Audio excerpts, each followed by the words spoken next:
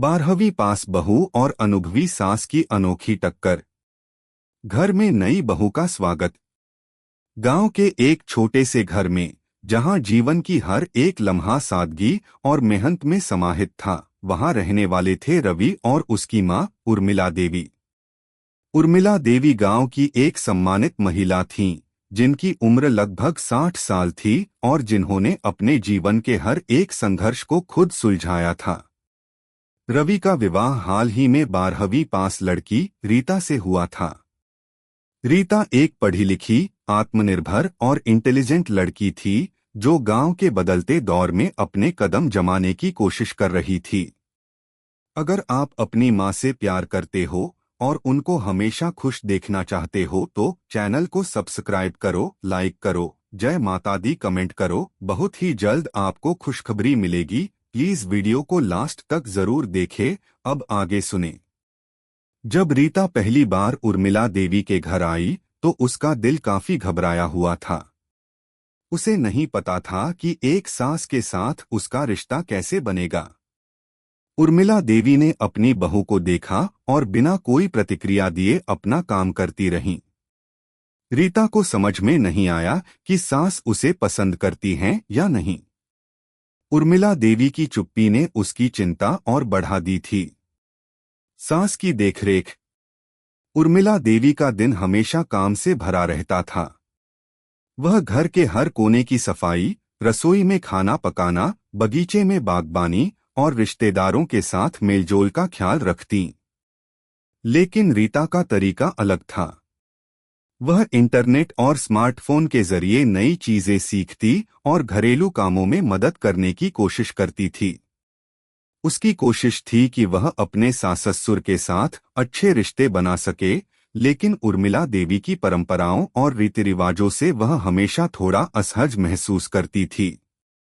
उर्मिला देवी को यह सब बहुत अजीब लगता।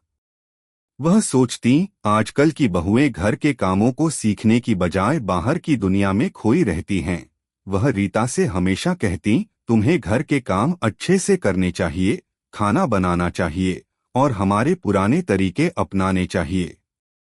रीता ने कभी भी इसे नकारा नहीं किया, लेकिन उसने यह सोचना शुरू किया कि क्या वह अपने सास के द्वारा बताए गए पुराने तरीकों से ही अपनी पहचान बना पाएगी या उसे कुछ नया करके दिखाना होगा। रीता का नया तरीका। रीता ने धीरे धीरे कुछ नया करना शुरू किया। उसने इंटरनेट से कुछ नई रेसिपी सीखी और सास को अपने हाथों से बने स्वादिष्ट व्यंजन खिलाए। पहली बार जब उर्मिला देवी ने रीता का खाना खाया तो उन्हें यह अच्छा लगा, लेकिन उनका मन नहीं माना और वह बोली, अच्छा है, लेकिन परंपरागत खाना और तरीका कुछ और ही होता है। रीता ने सोचा कि अगर उसे सास के दिल में अपनी जगह बनानी है तो उसे उनकी सोच को बदलने के लिए कुछ कदम उठाने होंगे।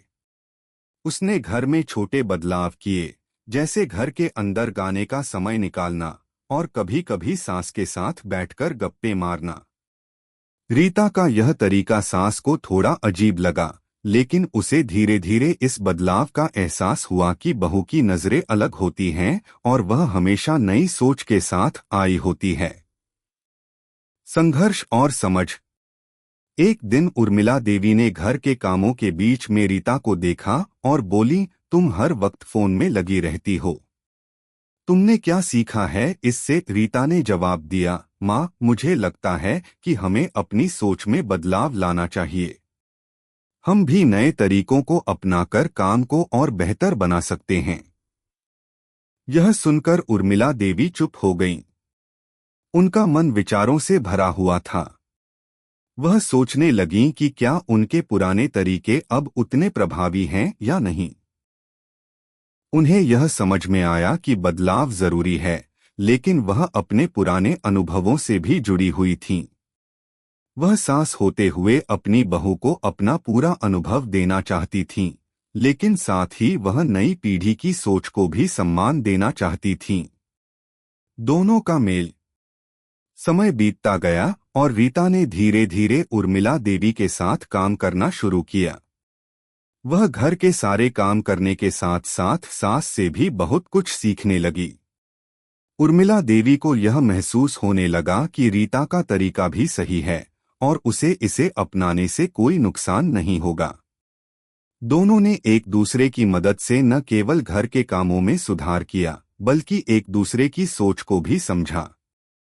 एक दिन रीता ने उर्मिला देवी से कहा, माँ, क्या हम दोनों मिलकर एक नई शुरुआत कर सकते हैं? उर्मिला देवी ने मुस्कुराते हुए कहा, क्यों नहीं बेटा, हम दोनों मिलकर बहुत कुछ बदल सकते हैं। नई राहों पर रीता और उर्मिला देवी ने मिलकर एक नया रास्ता अपनाया। रीता ने अपनी सास से सीखी हुई परंपराओं को समझा और साथ ही अपनी खुद की सोच को घर के माहौल में लागू किया। उन्होंने मिलकर घर को और भी सुंदर और व्यवस्थित बनाया।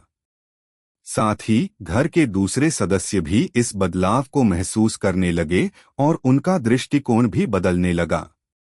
अब उर्मिला देवी अपनी बहू के बारे में न सिर्फ सम्मान महसूस करती थीं, बल्कि उनकी सोच और कार्यशैली को भी सराहती थीं।